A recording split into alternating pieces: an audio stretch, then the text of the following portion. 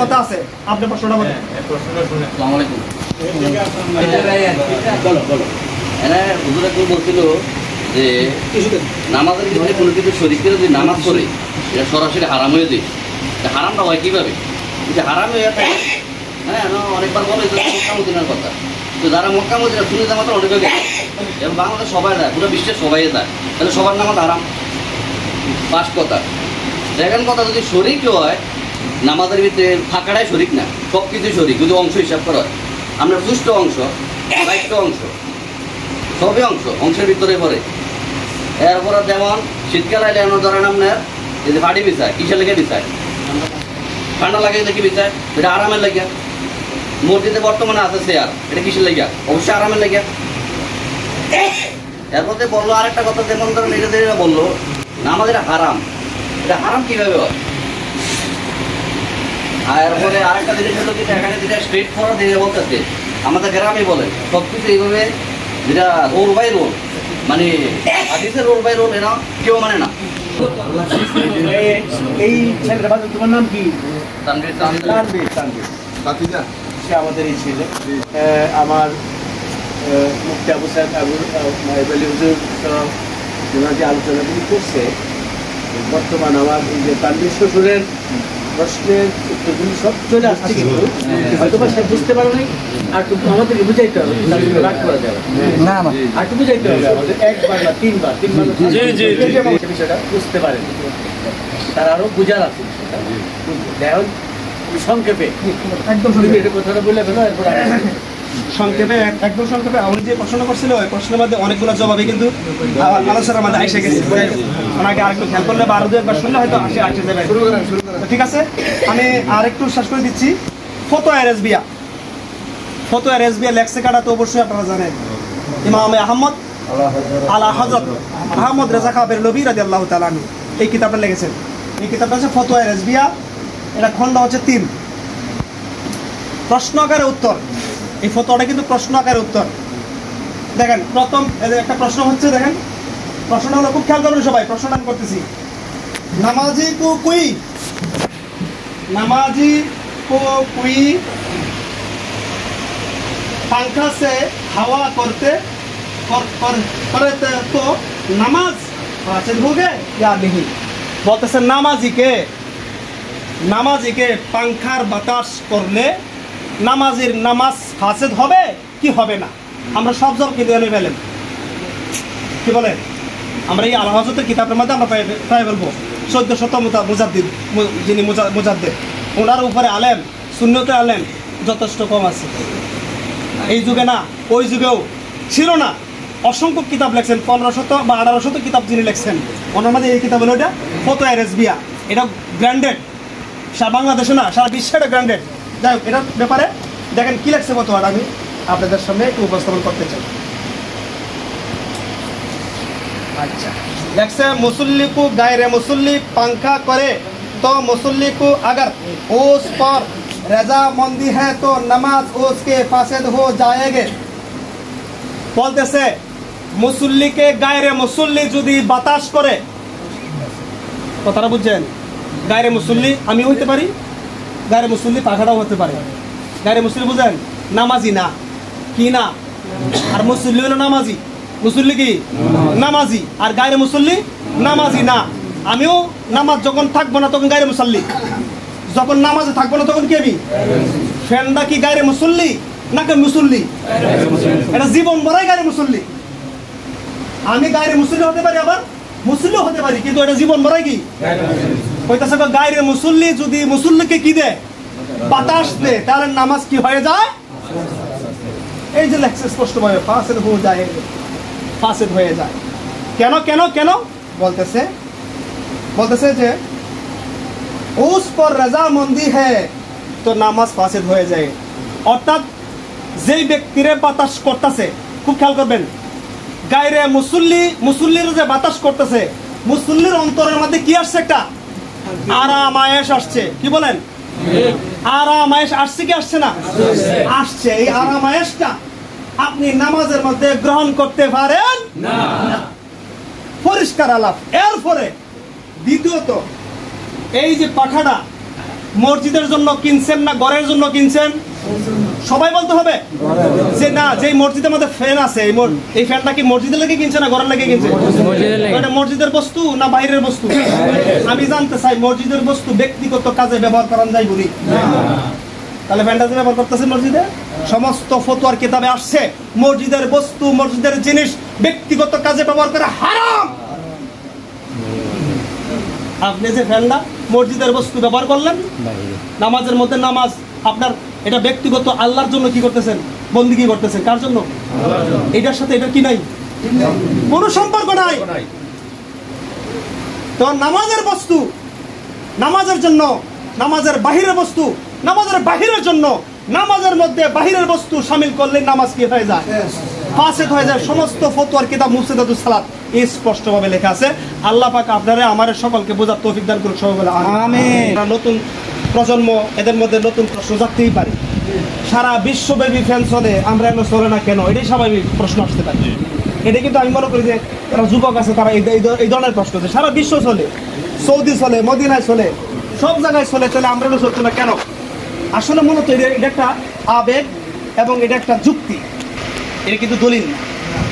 এবার আইয়ুব আলী সাহেব যে কথাগুলো বলছে আমার সব কথা কয়ে লাইছে, ফাঁকে ফাঁকে দু একটা কথা আমি বলবো, আপনারা যদি মনোযোগ দেন তাহলে আশা করি এটা উপকার হবে, আশা করি উপকার হবে। তো প্রত্যেক যুগে যুগে এই মানুষকে আমরা হেদায়েত করার জন্য আল্লাহ পাক হাদি পাঠাইছেন, হাদি হিসেবে নবী পাঠাইছেন, রাসূল পাঠাইছেন, পরে বেলায়েতের যুগে ওলি আল্লাহ পাঠাইছেন, এরপরে প্রতি শতাব্দীর মধ্যে একজন করে মুজাদ্দিদ পাঠান। মুজাদ্দিদের কাজটা কি? দুইটা কাজ, খুব খেয়াল করবেন। একটা হলো সুন্নাত জিন্দা করে, যেটা মরে গেছে এটা জিন্দা করে বাস্তবায়ন করে। আরেকটা কি? আরেকটা হলো আপনার একটা হলো সুন্নাত জিন্দা করে, আরেকটা হলো যেগুলো আপনার এই নতুন কিছু প্রবেশ হয়, নতুন বেদাত যেগুলো প্রবিষ্ট হয় ওইগুলোকে কি করে? দূর করে, ছাঁটাই করে। তার নাম হইল মুজাদ্দিদ। ইউজাদ্দিদু, যে শব্দ আসছে ইউজাদ্দিদু ভাবে তাফিলের অর্থ কি? তিনি সংস্কারক, যিনি সংস্কার করেন। যাই হোক, আমরা হাদি পাইছি কিনা? আমরা হাদি মানে বুঝেন পথ প্রদর্শক, যিনি পথ দেখান। আমাদের হাদি আছে কি নাই? এই ব্যাপারে কোরআনে আল্লাহ পাক বলেন যে হাদি তোমরা কি করো? তোমরা হাদির অনুসরণ করো। হাদির অনুসরণের বেলায় আইয়ুব আলী সাহেব একটা আয়াতে কারিমা পাঠ করছেন, সূরা নিসার 59 নম্বর আয়াত। উনি একটু শেষ দিক দিয়ে করছেন, আমি একটু আগে দিক দিয়ে করতেছি। আল্লাহ পাক বলতেছেন ইয়া আইয়ুহাল্লাযীনা আমানু আতিউল্লাহ ওয়া আতিউর রাসূল ওয়া উলিল আমরি মিনকুম। পরের থেকে উনি এবার একটা বলছেন, দেখেন কত সুন্দর করে তিনি বলছেন, ফাইন তানাজাতুম ফি শাইইন ফারুদ্দুহু ইলাল্লাহ ওয়া রাসূলি। খুব খেয়াল করবেন কিন্তু, আমরা এখানে সমাধান করে ফেলবো ইনশাআল্লাহ, বেশি লম্বা করবো না। আল্লাহ পাক বলতেছেন হে ঈমানদারগণ আতিউল্লাহ, আল্লাহর অনুসরণ করো। আল্লাহর অনুসরণ তথা, আমি সংক্ষেপে বলবো, আল্লাহর অনুসরণ তথা কোরআনকে তোমরা মানো, কোরআনকে অনুসরণ করো। ও আতিউর রাসূল, এবং রাসূলকে অনুসরণ করো। আর রাসূল তথা কোরআন সুন্নাহকে অনুসরণ করো, মানে হাদিস অনুসরণ করো। পরে ওয়া উলিল আমরি মিনকুম, এবং তোমাদের মধ্যে যিনি কোরআন বুঝেন, কোরআন অনুযায়ী আমল করেন, কোরআন অনুযায়ী আদেশ করেন, তার অনুসরণ করো। আমরা জানতে চাই যে বর্তমানে আমাদের যিনি হাদি, যিনি আমাদেরকে হেদায়েত দান করেছেন, গাট্টির পূজা থেকে আমাদেরকে মুক্তি দিচ্ছেন, ওয়াহাবি থেকে আমাদেরকে পরিত্রাণ দিচ্ছেন, জাহান্নাম থেকে আমাদেরকে নাজাত দিচ্ছেন, এমন হাদি মহান হাস্তি যিনি আল্লামা আকবর আলী রেজভী হুজুর কেবলা, ঠিক না বাজান? এমন হাদি পাই আমরা খুশি না বাজান? এমন হাদি আর হবে না। ওনার মতো হাদি, এই সূক্ষ্ম যদি আলোচনা করি, আজকের যে বিষয় যদি আমরা 3 দিন 4 দিন পর্যন্ত একাধারে আইয়ুব আলী সাহেব যদি কথা বলে, আমরা যদি কথা বলি 3-4 দিন একাধারে এই বিষয়ে আলোচনা করতে পারবো, শেষ হবে না ইনশাল্লাহ, আলোচনা করতে পারবো। যাই হোক, তো এই আয়াতের ব্যাখ্যায় আমরা হাদি পাইছি, ওয়া উলিল আমরি মিনকুম আমরা পাইছি, যিনি কোরআন বুঝেন, যিনি কোরআন অনুযায়ী আদেশ করেন, আমরা সেই কোরআন অনুযায়ী আমরা ওনাকে মানছি, ঠিক না? ওনার মন গড়া কথা মানছি না কোরআন হাদিসের কথাগুলো? আচ্ছা, পরে খুব খেয়াল করবেন, আতিউল্লাহ ওয়া আতিউর রাসূল, আতিউন শব্দটা আল্লাহ এবং আল্লাহ রাসূলের আগে আছে, খুব খেয়াল করবেন। ওয়া উলিল আমরি মিনকুমের আগে কিন্তু আসে নাই, এটা কারণ আছে। যাই হোক, আতিউন আল্লাহ রাসূলের আগে আসার অর্থ নেই আল্লাহ রাসূল যখন কোনো কিছু আদেশ করবেন, তাহলে ডানে বামে তাকানোর সুযোগ নাই, যাচাই বাছাই করার সুযোগ নাই, একটু চিন্তা করার সুযোগ নাই, সঙ্গে সঙ্গে মেনে নাও। এটা হলো আতিউল্লাহ ওয়া আতিউর রাসূল ওয়া উলিল আমরি মিনকুম আতিউন নাই কেন? কারণ এই আতিউর রাসূলের মধ্যে বেশে পোশাকে কিছু পীর মুর্শিদ ওলি আল্লাহ গাউস কুতুব সাজবে কি সাজবে না? এই জামানা থাকবে কি থাকবে না? থাকবে। তো এদেরকে চিনার জন্য বোঝার জন্য সাবধান। খালি আদেশ করলেই সে ব্যক্তি যে সঠিক হয়ে যাবে এমন না।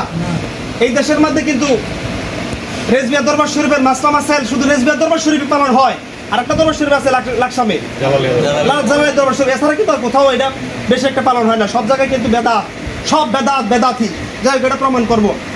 এখন আসেন, আমাদের মুর্শিদ কেবলা যদি তিনি হক্কানি হয়ে থাকেন, সত্য হয়ে থাকেন, কোরআন ও হাদিস অনুযায়ী হাদি হয়ে থাকেন, তাহলে তিনি কেউ ওয়াও দ্বারা সাবেত হয়, হুজুর ওয়াও দ্বারা সাবেত হয় যে প্রমাণ হয় যে তিনি কেউ আল্লাহ রাসূলের মতো যদি তিনি হক হয়ে থাকেন, কোরআন হাদিসের অনুযায়ী হয়ে থাকেন, তাহলে তিনি কেউ অনুসরণ করা ডানে বামে তাকানোর কোনো সুযোগ নাই। এখন ছোট্ট করে আচ্ছা ভাইজান আপনার কথা শুনবো, আপনার কথা শুনবো অবশ্যই কোন যাবো, ডানে বামে তাকানোর সুযোগ নাই। এখন আসেন, আমাদের হাদি আমাদেরকে হেদায়েতমূলক সমস্ত কথা, এমন কোনো কথা নাই বাবা ডান হাতে খায়েন না, আরে বাম হাতে খায়েন না, এটা খাওয়া শয়তানের কাজ, এই কথাটা তিনি বর্ণনা করে গেছেন আমাদের কাছে। এমন কিছু নাই যে বর্ণনা করেন নাই। যাই হোক, এরপর আসেন, এরপরেও যদি আমি একটা কথা ফাঁকে বলে ফেলবো যে আমরা ফ্যান নিয়ে আজকে বাড়াবাড়ি করতেছি, ফ্যানের সম্পর্কে যথেষ্ট ফয়সালা রেজবি বাবা আমাদেরকে দিয়ে গেছেন। যদি এটা নিয়ে ইখতিলাফ করি তাহলে রেজবিকে কিন্তু মানা হয় না, এটা অমান্য করা হয়। রেজবি না, একজন হাদি, আমি রেজবি বলবো না, একজন হাদিকে অমান্য করা হয় কোরআন হাদিসের আলোকে। যে হাদিকে অমান্য করা হয়, আমার ঈমান কতটুকু থাকে সেটা বিবেচ্য বিষয়, আমি ওদিকে যাচ্ছি না। তো আমি মনে করবো যে এটা বোঝার জন্য, জানার জন্য আজকের পরিবেশ। আমরা ইখতিলাফ না, আমরা মতবিরোধ না, আমরা বোঝার জন্য আজকের পরিবেশ, ঠিক আছে? তাহলে সমস্যা নেই। এবার আসেন, যদি আমার মধ্যে আর যদি তানাজাতুম ফি শাইইন, এই বিষয়ে, ধর্মীয় বিষয়ে, ইসলামিক কোনো বিষয়ে যদি তোমাদের মধ্যে দ্বন্দ্ব হয়, ঝামেলা হয়, ঝগড়া হয়, বাবে মুফালা, পরস্পর ঝামেলা হয়, এটা মুশারাকা, পরস্পর ঝামেলা হয়, যদি তোমাদের মধ্যে ধর্মের বিষয়ে যদি কোনো অসুবিধা হয়, ঝামেলা হয়, মতবিরোধ সৃষ্টি হয়, আল্লাহ কয় ফারুজ্জুহু, ওই বিষয়ে তোমরা রোধ করো, ফিরে যাও ইলাল্লাহি ওয়া রাসূলি, আল্লাহ রাসূলের দিকে ফিরে যাও। এবার আল্লাহ রাসূলের দিকে ফিরে যাওয়ার জন্য কে বলতেছেন?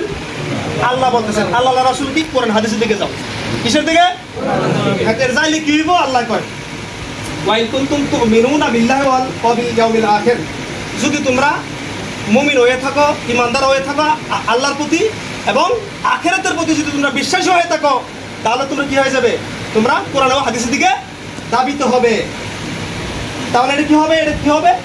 জালিকা খায়রু ওয়া আহসানু তাবিলা, এটাই হচ্ছে সর্বোত্তম পন্থা, ভালো পন্থা, সুন্দর আলোচনা, সুন্দর বিবেচনা, এর চেয়ে ভালো পন্থা আর নাই। এবার আসলে আমরা কোরআন হাদিসের দিকে যাই। আলোচনা কিন্তু হয়ে গেছে মোটামুটি, যেহেতু কোরআন হাদিসের দিকে বলতেছে যাওয়ার জন্য, আমরা মধ্যে একটু ঝামেলা হয়ে গেছে, মতবিরোধ হয়ে গেছে, যেহেতু আমরা আসলে কোরআন হাদিসের দিকে যাই। কোরআনের দিকে যাই।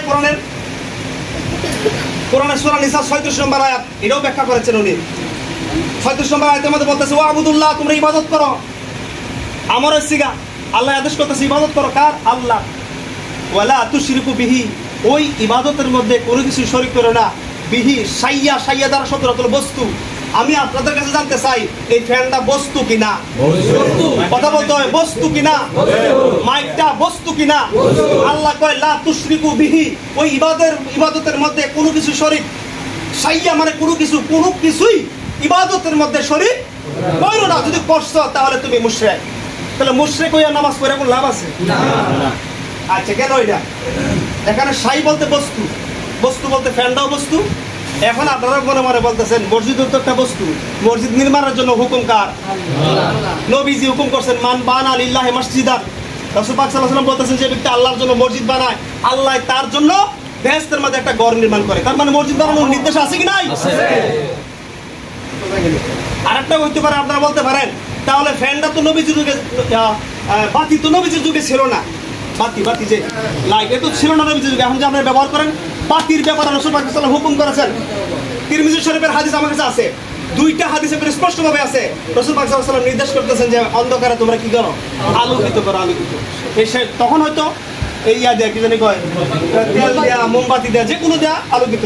তাহলে বোঝা গেল যে কোনো কিছুতে কি করা যায়, আলোকিত করা যায়। এখন আপনি এবার লাইট দিয়ে করবেন না স্বর্ণ দিয়ে করবেন না কিছুতে আলোকিত করবেন, এটা আপনার ইচ্ছা, আলোকিত করার কোনো অসুবিধা যেহেতু আছে। আর ফ্যানটা নবী যুগে ছিল না বটে, এখন আপনারা হয়তো বলবেন যে নবী যুগে ছিল না, এখন তো আছে, যেমনিভাবে লাইট ব্যবহার করি এমনিভাবে ফ্যান ব্যবহার করবো, অসুবিধা কি না? এটা ব্যবহার করার কোনো যুক্তি নাই পিছনে। রাসূল পাক সাল্লাল্লাহু আলাইহি ওয়াসাল্লাম যখন নামাজ পড়তেন গামতেন কিনা কথা বলেন? এই বাংলাদেশের গরমের চেয়ে সৌদি আরবের গরম বেশি কিনা? নবীজির যুগে তোর ফ্যান ছিল না, এসি ছিল না, ছিল? তো ওই সময় নবীজি নামাজ পড়ছেন কিনা? পড়ছেন, ঘুরে ঘুরে নবীজি পড়ছেন, সাহাবায়ে কেরামও পড়ছেন। কথা বুঝতে হবে, নবীজি পড়ছেন, সাহাবায়ে কেরামও নামাজ পড়ছেন। এখন নবীজি যখন নামাজ পড়ছে নিঃসন্দেহে গরম লাগছে, নিঃসন্দেহে গাম মুবারক জড়াইছে।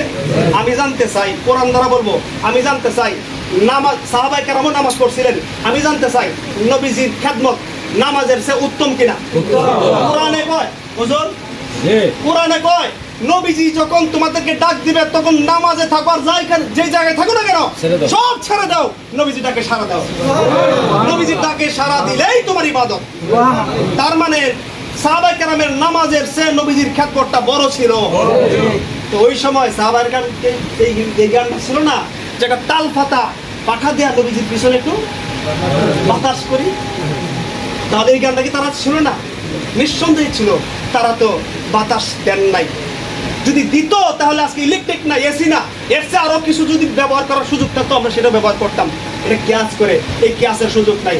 আপনারা হয়তো মনে মনে ভাববেন নবীর যুগে বিমান ছিল না, এখন তো বিমান আছে, বিমানটা যান কেন? এটাও দলিল আছে, নবীজি বাতাসের উপর ভর করে মেরাজে গেছিলেন, তার মানে বাতাসের উপর ভর করে চলা যায়। যেহেতু নবীজি কি করেছেন, বাতাসের উপর ভর করে কি করেছেন, সফর করেছেন। কি করেছেন? সফর করেছেন। তার মানে বাতাসের উপর ভর করে। কেউ কেউ বলতেছেন ঘোড়া দেয়া, উট দিয়া চলাচল করছেন নবীজি, আপনারা যে গাড়ি দিয়ে করেন, হ্যাঁ এটাও দলিল আছে। নবীজি বাহন ব্যবহার করেছেন যাতায়াতের জন্য, সেই বাহন থেকে ক্যাচ করে আমরা যে কোনো বাহন ব্যবহার করতে পারি। কিন্তু নামাজের মধ্যে কি বলেছেন বুঝতে হবে। এই যে মিশকাত শরীফটা আমি নিয়ে আসছি, আপনারা দেখতে পারেন, আমি নিয়ে আসছি কিতাব আপনাদের সামনে। হাদিসটা উনিও পড়ছে। কি বলছে? সাল্লু, আদেশ করতেছে নবীজি, হুকুম করতেছে যে তোমরা নামাজ পড়ো কামা কামা, যেমনটি, যেইভাবে, যেই রকম রাই তুমুনি আমাকে দেখেছো, আমাকে তোমরা যেমনি ভাবে নামাজ পড়তে দেখেছো তোমরা ঠিক হুবহু এইভাবে নামাজ পড়ো। এই কথাটা, এই আদেশটা কোনো ঘোড়ার উপরে উঠা আমি যেভাবে চড়ছি এইভাবে সরো এই কথা বলে নাই। অন্য কোনো কাজের বেলায় এই কথাটা বলে নাই। শুধু নামাজে কেন বললো? কারণ নামাজ এমন একটা বিষয়, এটা একানিষ্ঠের বিষয়, এটা একানিষ্ঠ ভাবে পড়তে হবে। এর মধ্যে কোনো কিছুই কি করা যাবে না, শামিল করা যাবে না। একমাত্র এই ইবাদতটা হবে তাকবীরে তাহরিমের ব্যাখ্যা করেছেন। তাকবীরে তাহরিম শব্দের অর্থ নিজেকে হারাম করা। নিজেকে কি করা? আর হারাম করা কি? হারাম করা দুনিয়ার যত কাজ আছে সমস্ত কাজকে, চিন্তা ভাবনাকে ছাইড়ে দেয়া, শুধুমাত্র আল্লাহর ইবাদতে মশগুল থাকার নাম হচ্ছে তাকবীরে তাহরিম। আজকে আমরা কোথায় আছি? আজকের এই আয়োজনটা অত্যন্ত জরুরি ছিল, প্রয়োজন ছিল। বোন ভাই সহ যারা আয়োজনটা করেছেন ধন্যবাদ। এবার আসেন কোরআন শরীফের মধ্যে আরো আল্লাহ পাক বলতেছেন, ওয়ামান কানা ইয়ারজু লিকা রাব্বিহি, কেউ যদি তার প্রভুর সাথে সাক্ষাৎ করতে চায়, মিলতে চায়, খুব খেয়াল করবেন, তার প্রভুর সাথে আল্লাহর সাথে মিশতে চায়, একত্রিত হতে চায়, প্রেম করতে চায়, ভালোবাসা করতে চায়, ফাল ইয়ামাল আমালান সলিহান, সে যেন নেক কাজ করে। সে যেন কি করে? ভালো কাজ করে। কি করে? ভালো কাজ করে, নেক কাজ করে। ওয়ালা ইউশরিক বি ইবাদাতি রাব্বিহি আহাদা, তার এই বন্দেগীর মধ্যে যেন কোনো কিছু শরীক। এটা কোন সূরা? সূরা কাহাফ। সূরা কাহাফ 110 নম্বর আয়াত, নোট রাখেন। সূরা কাহাফ 110 নম্বর আয়াত। এরপর আসেন সূরা মুমিনের একটা আয়াত আছে, আমরা কেমনে নামাজ পড়বো আর নামাজ পড়লে কি হবে দেখেন। কাদ আফলাহাল মুমিনুনা আল্লাযিনা হুম ফি সালাতিহিম খাশিউন, আমরা নামাজ পড়বো ওইভাবে যেমনি ভাবে রাসূল পড়েছেন, আর ওইভাবে যদি পড়ি আমার অন্তরের মধ্যে থাকতে হবে ভয়। কার ভয়? আমার আল্লাহর ভয় থাকতে হবে। এই সময় তো আরাম বেরামের চিন্তা করার সুযোগ নাই। বাজান, আমি আপনাদেরকে প্রশ্ন করব, আরাম উনি আহকাম আরকান সম্পর্কে বলছেন নামাজের ভিতরে। আরকান আহকাম ছাড়া বাকি সব অন্য বস্তু ফতোয়ার কিতাব আমি অনেকটি এনেছি, স্পষ্টভাবে লেখা আছে নামাজের বাহিরের কোনো কিছু নামাজে প্রবিষ্ট করার নামই হচ্ছে নামাজ ফাসেদ হওয়ার কারণ। আমি জানতে চাই, মসজিদের ভিতরে ফ্যান লাগাইছেন কিসের জন্য? সবাই বলতে হবে কিসের জন্য? আরামের জন্য। আরামের জন্য। তো কোনো সন্দেহ আছে? আরাম করা এটা কি নামাজের অংশ না নামাজের বাহিরের অংশ? সবাই বলতে হবে নামাজের অংশ না নামাজের বাহিরের অংশ? নামাজের বাহিরের অংশ। নামাজে প্রবিষ্ট করলে নামাজ ফাসেদ। নামাজ ফাসেদ আমার কথা না, সমস্ত ফুকায়ে কেরামের ফতোয়া যে নামাজের বাহিরের বস্তু নামাজে প্রবিষ্ট করলে নামাজ ফাসেদ। এই আরামটা নামাজের অংশ নয়, নামাজের বাহিরের অংশ। এটা নামাজে প্রবিষ্ট করলেই নামাজ কি হয়ে যায়? ফাসেদ হয়ে যায়। কোন দলিল? এটা মুফসিদাতুস সালাতের মধ্যে ব্যাখ্যা স্পষ্টভাবে লেখা আছে যে নামাজের বাহির অংশ নামাজে প্রবেশ করলেই। দাসার নবীজি বলেন লা সালাতা ইল্লা বিহুজুরিল কলব, নামাজ হবে না যদি কলব নামাজে না থাকে। গরম লাগতেছে, এটা দুনিয়ার কাজ না নামাজের কাজ? কথাটা বলতে হবে না। গরম লাগতেছে, এই জিনিসটা দুনিয়ার কাজ না নামাজের কাজ? দুনিয়ার কাজ। নামাজে যে প্রবেশ করলেন, আপনারা তাকবীরে তাহরিমা মানছেন, আপনারা বলছেন আমার জন্য এটা চিন্তা করা হারাম। এখন হারাম কাজ করলে কি পরে আরাম থাকে? নামাজ থাকে না? বুঝলে কিছু করার আছে? এরপরে দেখেন আল্লাহ পাক বলতেছেন, তার মানে ওই ব্যক্তি কি হলো? সফল কাম হলো। কোন ব্যক্তি? যে ব্যক্তি তার নামাজের মধ্যে খাস ইউন মানে ভয় ভীতি নিয়ে কি করছে? নামাজে দাঁড়াইছে। ওই ব্যক্তি সফল কাম হয়েছে। আমি নামাজের মধ্যে দাঁড়াইছি আর আমার গরম লাগতেছে, আমি ভিন্ন দিকে মন আমার চলে গেছে, আমার নামাজ আর রইল না, আমার মন অন্যদিকে চলে গেল, নামাজের মধ্যে আমি হারাম কাজ করছি, সুতরাং নামাজ কি হয়ে গেল? এরপরে দেখেন আল্লাহ পাক বলতেছেন সূরা বাইনাতের 4 নম্বর আয়াত, ওয়া আমিরু ইল্লা লিয়াবুদুল্লাহ মুখলিসিনা লাহুদ্দিন।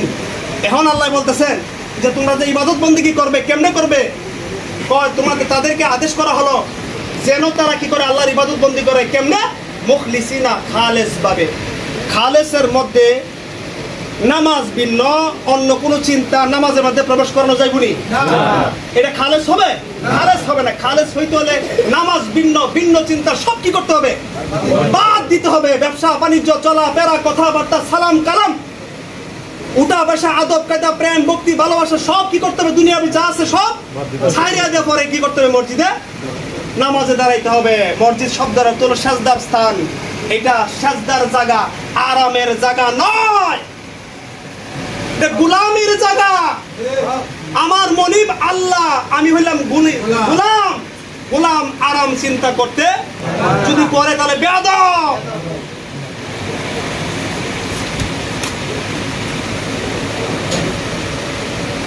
আচ্ছা, এরপর আসেন, আমি কয়েকটা কিতাব আনছি, শুধু কিতাব থেকে কথা বলবো। উনি অনেক সুন্দরভাবে বালাগাত মান্তেক ফাসাহাতের সিস্টেমে উনি বক্তব্য দিচ্ছেন। আমি ওর দিকে যাচ্ছি না, আমার অর্ধেকটি কথা হচ্ছে, বেশি কথা উনি বলেছে। আমি কইছি যে কমাই সবই বলেছে। আচ্ছা, একটা হাদিস বলতে খুব ইচ্ছা করতেছে। হাদিসটা দেখেন। হাদিসটা হচ্ছে হযরতে আব্দুল্লাহ ইবনে মাসউদ রাদিয়াল্লাহু তাআলা থেকে হাদিসটা। এটা নাসাই শরীফে এবং দারহামি শরীফের মধ্যে হাদিসটা আছে। রাসূল পাক সাল্লাল্লাহু আলাইহি সাল্লাম বলতেছেন যে কয়লা খাত্তা লানা রাসূলুল্লাহ সাল্লাল্লাহু আলাইহি সাল্লাম, রাসূল পাক সাল্লাল্লাহু আলাইহি সাল্লাম আমরা সাহাবায়ে কেরামের সামনে একটা রেখা টানলেন। বলেন কি টানলেন? রেখাটা খুব খেয়াল করবেন। রেখাটা হচ্ছে খুব খেয়াল করবেন, এই যে এখান থেকে টান দিয়া এইভাবে একটা সরল রেখা টানলেন। কোন দিকে? বলেন কোন দিকে? নিজের দিকে। খুব খেয়াল করবেন, এটা সূক্ষ্ম বিষয়। এখান থেকে ধরে এইভাবে একটা রেখা টানলেন, তাই না? সাইরা আর রাসূল করছেন কি? এটা ডানে অনেকগুলা রেখা দিলেন, এটা বামে অনেকগুলা রেখা দিলেন। বললেন যে এই যে লম্বা রেখাটা দেখতেছো, তো এটা হলো হাজা সিরাতি মুস্তাকিম। এটা কি? হাজা সাবিলুল্লাহ, ক্বালা হাযা সাবিলুল্লাহ, এটা হচ্ছে আল্লাহর রাস্তা। কার রাস্তা? এই কোনটা বলেন তো দেখি। ওই নিজের দিকে। তার মানে এই যে রাসূল হচ্ছে কি আল্লাহর সঠিক রাস্তা। কয় এই রাস্তাটা ডানে বামে অসংখ্য রাস্তা থাকবে, যে রাস্তাটি হচ্ছে কি এই কুল্লু সাবিলি মিনহা শয়তান, প্রত্যেকটা রাস্তা থাকবে কি শয়তানের রাস্তা থাকবে।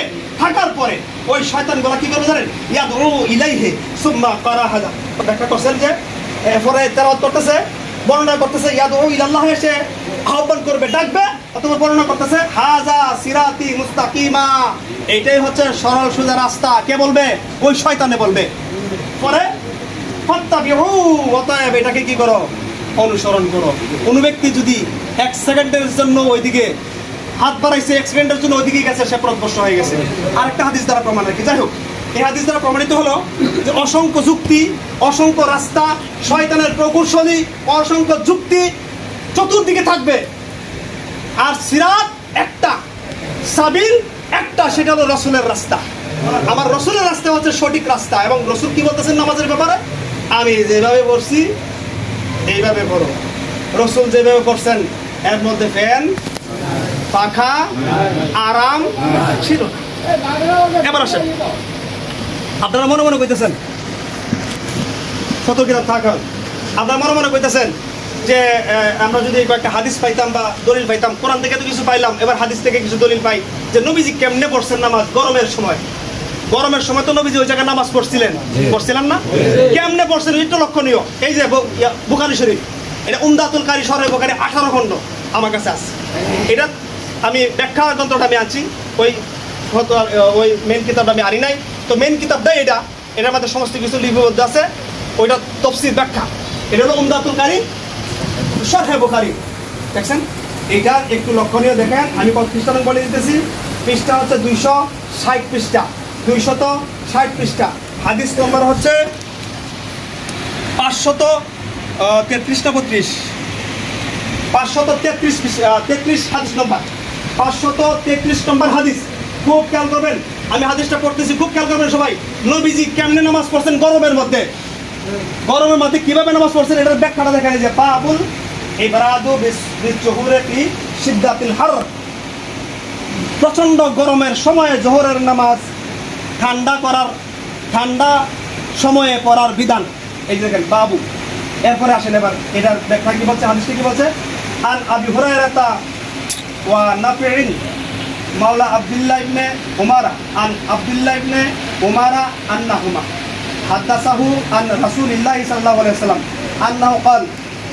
আন্নাহু ক্বাল ইযা ইস্তাদ্দাল হাররু ফাআবরিদু আনিস সালাতে। খুব খেয়াল করবেন, রাসূল পাক সাল্লাল্লাহু তাআলা আলাইহি ওয়াসাল্লাম থেকে তারা বর্ণনা করতেছেন, সাহাবায়ে কেরাম বর্ণনা করতেছেন যে রাসূল পাক সাল্লাল্লাহু আলাইহি ওয়াসাল্লাম বললেন যে ইজা যখন ইস্তাদ্দাল হাররু, যখন গরম কি হয় বৃদ্ধি পায়, প্রচুর গরম হয়। ইজা ইস্তাদ্দা হার মানে গরম, আর শাদীদ মানে বেশি কঠিন। যখন কঠিন গরম হয় ফাআবরিদু, এটা আমারও শিখা মুজাক্কার হাজার আদেশ করতেছে নবীজি। আবরিদু বাবে ইফাল থেকে এটা ফেলে লাজেম নয়, ফেলে মুতাদ্দি। ফেলে লাজেম যদি হইতো তাহলে অর্থ করতে পারতেন যে তোমরা কি করো। আবরিদু শব্দটা বারদুন থেকে এসেছে। বারদুর শব্দের অর্থ হলো ঠান্ডা করা, ঠান্ডা।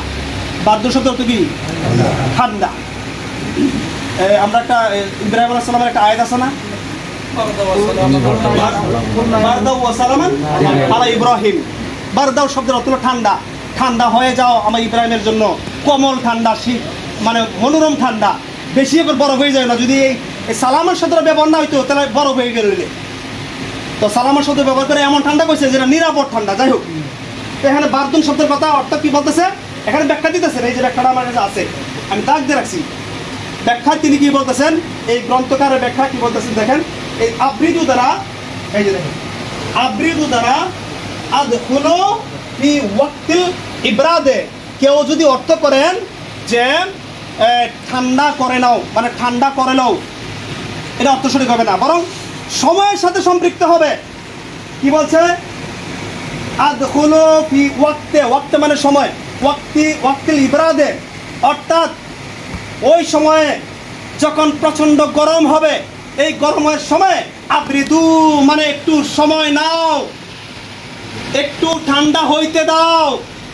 রসুল বলতেছেন, এটা পরে আসতেছে, একটু অপেক্ষা করো যাতে সময়টা একটু যায়, যাইলে যেন একটু ঠান্ডা হয়, ঠান্ডা হইলে পরে নামাজ পড়ো। এই যে দেখেন, আনিস সালাত, তোমরা নামাজের অন্তর্ভুক্ত হও। যখন একটু কি হবে, ঠান্ডা অনুভব হবে, সময়টা অতিবাহিত হবে, তখন উত্তপ্ত গরমটা কই থেকে আসে দেখেন, লাগতেছে ফাইন্না শিদ্দাতাল হার মিন ফাইহি জাহান্নামা, জাহান্নামের উত্তপ্ত আগুন থেকেই প্রচন্ড গরম উদ্ভব হয়, আসে। এই জন্য তোমরা এই সময় নামাজ না পড়ে একটু দেরি করো, একটু লেট করো। এটার প্রমাণ এই পরের হাদিসে। এরপরে হাদিসে দেখেন, পরের হাদিসটা হচ্ছে আপনার 35 নম্বর, 535 নম্বর হাদিস। আবিজার, একটু লাইট দিবেন, কেউ ওর লাইটটা দেখতেছে বুঝতেছে, আমি অন্ধকার লাগতেছে। আমি শেষ করে দিচ্ছি, আর বেশি লম্বা করবো না। এই হাদিসটা পড়ি, আর একটা দলিল দিব, আর কিছু দিব না, আর একটা কিতাব দিব, শেষ করে দিব। আচ্ছা, কি লাগছে? আবিজার আল আযানা মুয়াজ্জিনুন নবিয়্যে, রাসূল পাক সাল্লাল্লাহু আলাইহি ওয়াসাল্লামের মুয়াজ্জিন আযান দিতে শুরু করলেন। জোহরের কিসের? জোহরের আযান দিতে শুরু করলেন। ফাকালা, আল্লাহ রাসূল বললেন, আবরিদু আবরিদু, দাঁড়াও দাঁড়াও, অপেক্ষা করো অপেক্ষা করো। প্রমাণ, আও আও, কালা ইন্তাজির ইন্তাজির, ইন্তাজির শব্দ কি? দা আপনারা জানেন এটা, ইন্তাজির অর্থ কি? অপেক্ষা করো অপেক্ষা করো। ও কেন কেন অপেক্ষা করতো কেন? ও কালা শিদ্দাতাল হাররে মিন ফাইহি জাহান্নামা, জাহান্নামের উত্তপ্ত আগুন থেকে বেশি গরম আবির্ভাব হয়। সুতরাং তোমরা কি করো, একটু অপেক্ষা করো। কোন পর্যন্ত অপেক্ষা করতে হবে? এটা লেখা আছে দেন, ফাইজা ইস্তাদ্দাল হাররা ফাবিরিদু আনিস সালাহ। রাসূল সাল্লাল্লাহু আলাইহি ওয়াসাল্লাম বলতেছেন, যখন তোমরা বেশি গরম অনুভব হবে, তখন একটু দেরিতে নামাজ পড়ো, একটু ঠান্ডা অনুভব হইলে পরে নামাজ পড়ো। হাত্তা সাহাবায়ে কেরাম বলতেছে, রাইনা, আমরা দেখতাম কতক্ষণ দেরি হইতো, আমরা দেখতাম তুলুলে, অর্থাৎ টিলাগুলা, যে মসজিদের আশেপাশে যে টিলাগুলা থাকতো, ওই টিলাগুলার ছায়াগুলা লম্বা হয়ে যেত। টিলাগুলার ছায়াগুলা কি হয়ে যেত?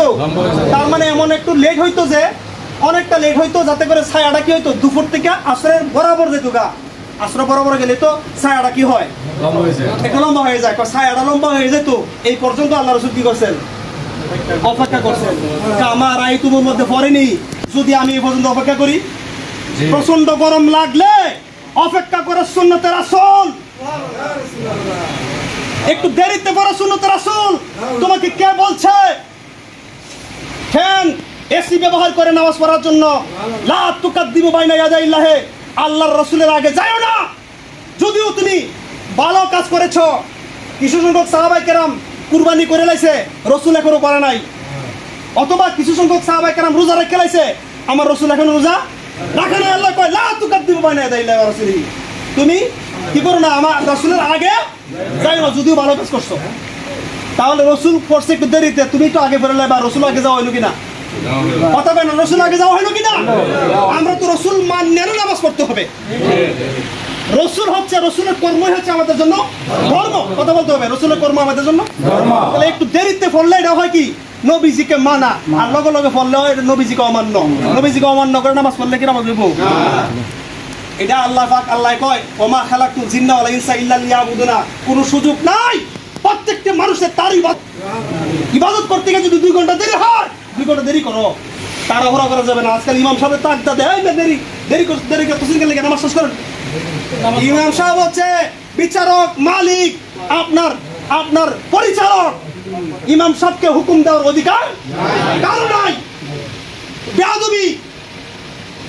যাই হোক, এইভাবে 4-5টা হাদিস স্পষ্টভাবে লেখা আছে যে আজানটা দিবা, একটু দেরি করো, এখন না, আর একটু পরে দাও আজানটা দিলে পরে আমরা নামাজটা করবো। যখন আজান দেওয়ার জন্য প্রস্তুতি নিয়েছিলেন হযরত বেলাল রাদিয়াল্লাহু তাআলা আনহু, তখন রাসূল পাক সাল্লাল্লাহু আলাইহি ওয়াসাল্লাম বলছে, আবরিদু আও ইন্তজার, একটু অপেক্ষা করো। অর্থাৎ ঠান্ডা গরমটা যখন বেশি, একটু ঠান্ডা হোক, এরপরে নামাজ পড়ো। রাসূল কি জানতেন না বর্তমানে ফ্যান আবিষ্কার হবে? কথা বলতে হবে, জানতেন কি না? আল্লাহ কয় এমন কিছু নাই আমি নবীজিকে শিক্ষা দিছি না, এমন কিছু নাই আমি নবীজিকে শিক্ষা, আমি সমস্ত কিছু নবীজিকে কি করেছি? শিক্ষা দিয়েছি। এমন কি আমার যত গায়েব আছে সমস্ত গায়েব আমি নবীজিকে শিক্ষা দিছি। যদি শিক্ষা না দেয় তাহলে আল্লাহ কৃপণ হবে। আল্লাহ কি হবে? আর আল্লাহ গায়েব সৃষ্টি করছে কি আল্লাহর জন্য না সৃষ্টির জন্য? সৃষ্টিকে দিবে না বয়ে থাকবে? দিবে, দেওয়াটাই আল্লাহর কাজ। সুতরাং নবীজিকে কি করেছেন? সমস্ত জ্ঞান দিয়েছেন। তো নবী জানতেন না যে ফ্যান আবিষ্কার হইব? জানতেন দেখেই নবীজি বলছেন কামা রাই তুমুরি উসাল্লি, আমি যেভাবে পড়ছি এইভাবে পড়ো, এর মধ্যে কোনো কিছু শরীক